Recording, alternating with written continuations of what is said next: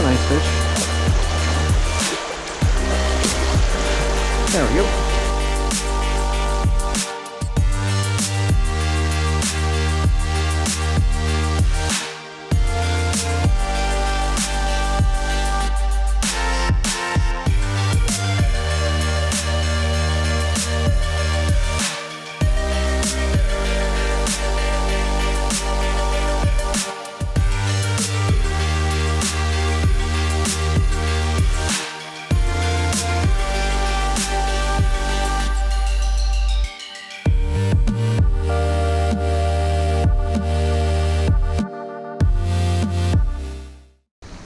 Welcome back to another episode of Tight Lining Maryland. I'm out on the yellow breeches. I'm fishing in a section that I've never fished before. I'm here early because it's going to be a hot day, and therefore the water temps are going to rise to probably 68, 70, and in which case you got to get off the water, so you got to be smart. Right now we're in the mid 60s, so I've probably got a couple good hours of fishing before things turn on me. We're going to use a double nymph rig as usual, and we are going to be targeting brown trout and some stock rainbows. The breeches is definitely good for that. The upper part has a lot of great wild population. The middle part is more of like a mixed bag, and the lower part is more stocked. But nevertheless, we're gonna chase some fish here. Hopefully, get into a couple and see if we can't get some on film for you. So, thanks as always for tuning back in. Hopefully, you can effectively see how to use this mono rig and a double nymph.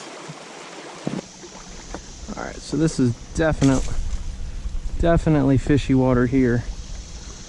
No reason we can't pick up a trout in the next run or two. So I'm liking this emerald green color. Just anything that gives the trout just a little bit of a sense of security on feeling like they're blended in. Always like that.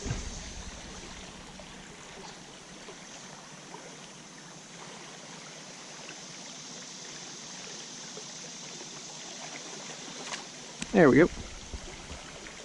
Picked one up. Don't know what it is yet. Looks to be a skinny little rainbow. Alright, man, this guy is all head, no body. He's got to get something to eat. It's an odd looking fish. Look at that thing. Look at that head. He's got nothing on him in the body. Unfortunately, has not been eaten very well here in the riffles. But try to help him pick up a piece of food. Unfortunately, it was fake. So, we'll see. Just tucked in right there. Boom, right in the bag. So, nice little spot. Again, what I liked about this water, I mean, everything coming up is very, very shallow, but then you just pick up a little bit more of a rocky bottom. It goes from, instead of about ankle deep, that probably goes shin deep. So that little bit of change in the amount of water, along with the color change, is just absolutely perfect for a trout to be able to kind of hide and not have to worry about, you know, being seen or feeling like he's you know, at risk.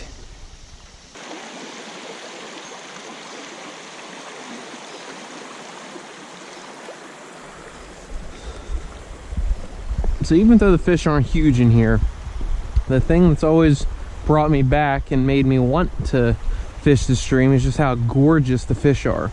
The browns in here just get a really, really bright pink magenta coloration on them. The gold on them is just, you know, up there with any other stream I fish. You know, Spring Creek is great, the gunpowder's great, although they're a little bit more dark than what they are light and gold. But man, just a pristine place to catch wild brownies. They're just super hard, and it doesn't help that we got bluebird sky, the sun up above us, and this clear stream that, you know, is running a little low. So the odds are definitely against us, but it's not going to stop us from fishing and having hopefully some success here today.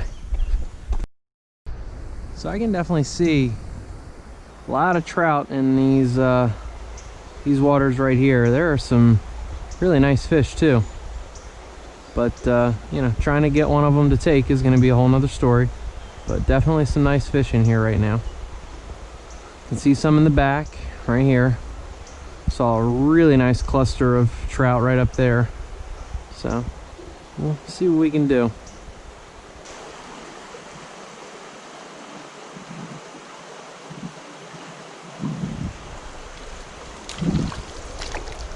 up another brownie.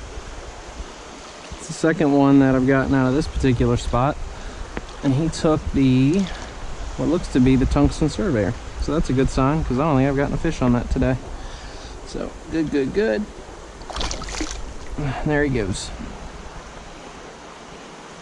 That one's probably only 5-6 inches, but hey, catching fish, that's all we want.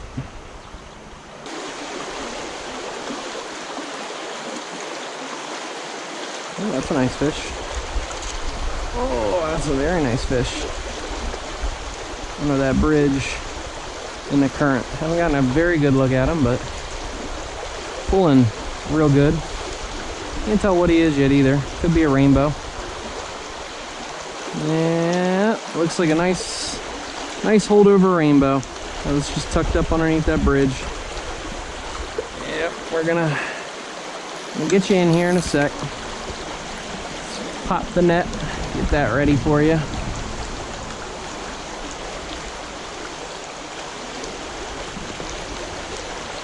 All right.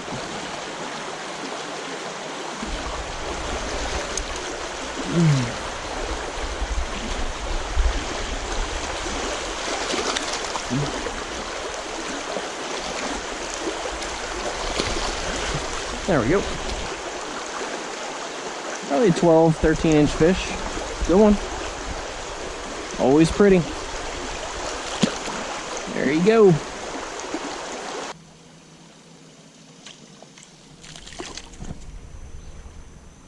Surprised I still have him. Oh, all right. That'll make 4.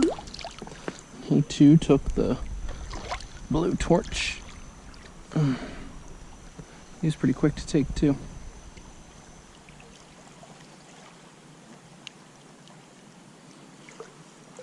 Pretty fish.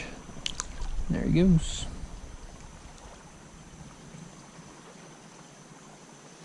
Alrighty, let's see if we can't pluck out another one in here.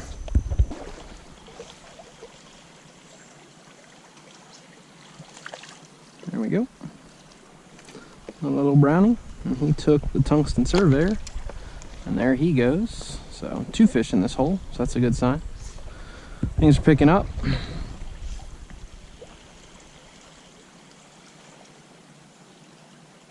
Both of those were quick strikes too. I mean, they have to be in these riffles to take it. They really don't have much time to think yes or no, unlike slower pools and, you know, flat water. But that's where the tungsten beads come into play, because as soon as they hit the water, they're diving, and if you're diving into a good spot, that might be a fish.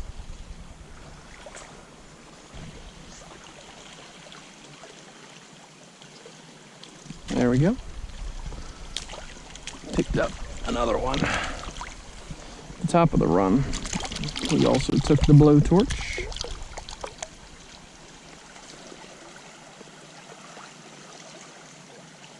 Gorgeous peck fins. This guy's all yellow.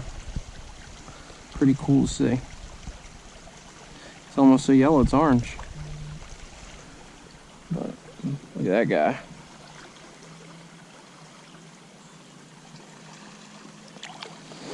Back he goes. Very good looking run. We got a lay down, the riffles, got a deeper channel up ahead. There's no doubt that this section should be holding many fish.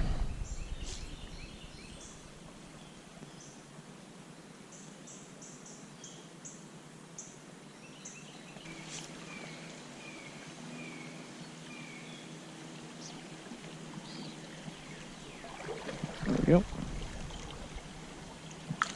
It's a little bit nicer fish for the breeches. Oh, and he's off. Have my rod tip up. Lesson learned. Keep the sea in the rod, ladies and gentlemen. Keep it down. Keep them in front. Bad decision. So the last time I fished this particular spot, I almost forgot to do a drift in here and ended up picking up a fish. So let's see if the same doesn't hold true this time. I did spook one out the bottom, so odds are we're not catching him.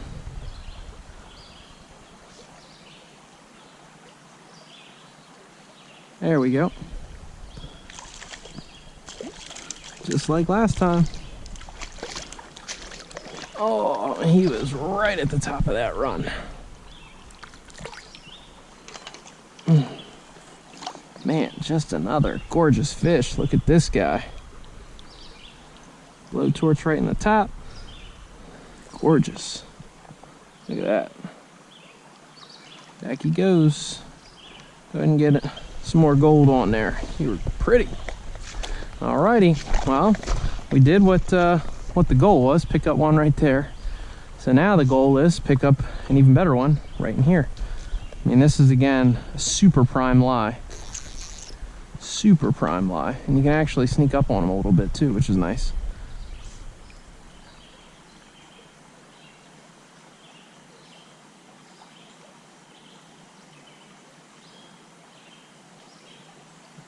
It's usually lots of really nice browns in it, but then also sometimes a holdover rainbow, which is kind of cool too.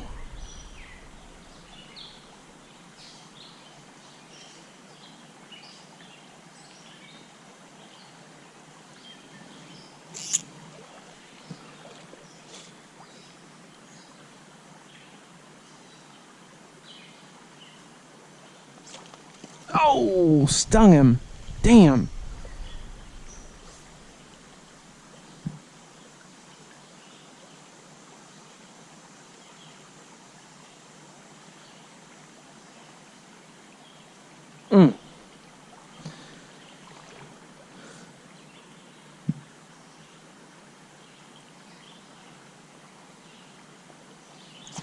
There we go.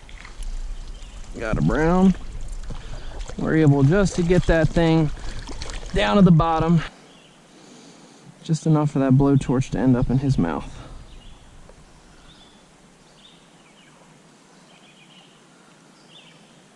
There he goes. And he is completely shredded my blowtorch. So we're gonna take that one off and put something else on it.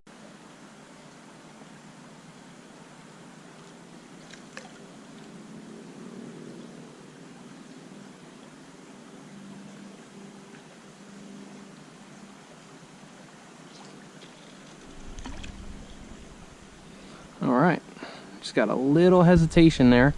Sure enough, that was a brownie, a little wild guy. We're gonna pop him up over.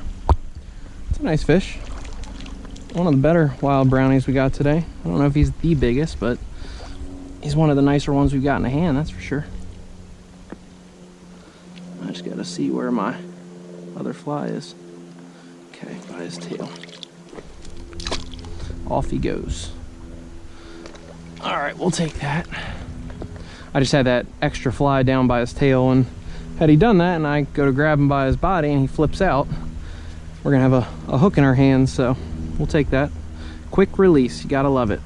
So that's 3 or 4 fish here in this particular hole. That's super quality. That's going to wrap it up here for Tight Lining Maryland. A vastly successful day here on the Yellow Breeches. This is a section in the upper part that I've come to really enjoy. I fished it 3 or 4 times now in total. I want to say it's 3. 2 of which great numbers, you know, a dozen or so each trip, and same results today. So double nymph rate gets after it, even with a broken Syndicate rod. The rod tip has not come in yet. It was, I think, within about a day or 2 away from getting to me, but the window opened up to be able to fish, and you know, I can fish with a broken rod, so we worked around it and netted some fish. Appreciate you as always for tuning in, and tight lines.